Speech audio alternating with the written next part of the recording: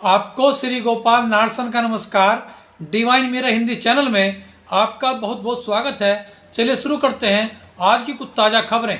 दुनिया में एक ऐसा भी पक्षी है जो कभी जमीन पर पैर नहीं रखता।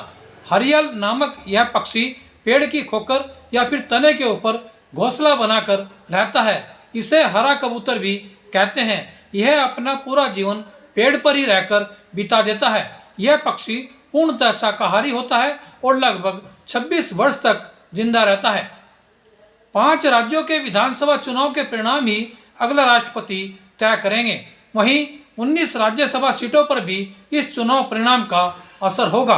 हालांकि इसी साल जुलाई माह में 73 राज्यसभा सीटों में इन राज्यों की बड़ी भूमिका रहेगी, जिनमें उत्तर प्रदेश, पंजाब, मणिपुर, उत्तराखंड व गोवा शामिल हैं। यानी यह विधानसभा चुनाव एक महत्वपूर्ण चुनाव है और इस चुनाव के परिणाम दूरगामी होंगे, जिसमें राज्यसभा की सीटों के साथ ही राष्ट्रपति का चुनाव भी प्रभावित होगा।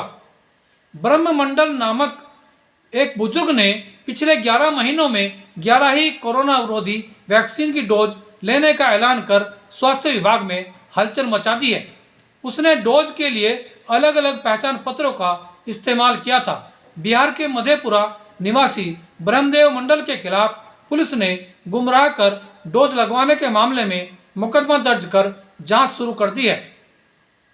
देश की संसद के लगभग 400 कर्मचारी कोरोना पॉजिटिव पाए गए हैं। इन कर्मचारियों की रैंडम जांच की गई थी। इनमें 200 कर्मचारी लोकसभा के, 65 राज्यसभा के व 133 अन्य में लोग हैं जो संसद परिसर में काम करते हैं। उत्तर प्रदेश का युवा इस बार सत्ता में बदलाव का आधार बनेगा।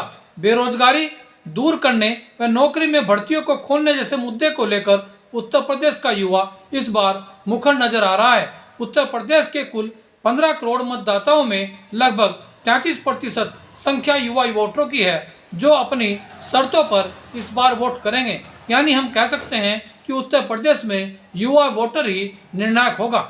ऐसे में ऊंट किस करवट बैठेगा यह तो नहीं कह सकते, लेकिन पिछले 5 वर्षों में रोजगार न मिलना और नौकरी की भर्तियों में कमी होना ये जरूर युवा वोटरों को अखर रहा है और इसका जो जवाब है वो इस विधानसभा चुनाव में शायद युवा देंगे।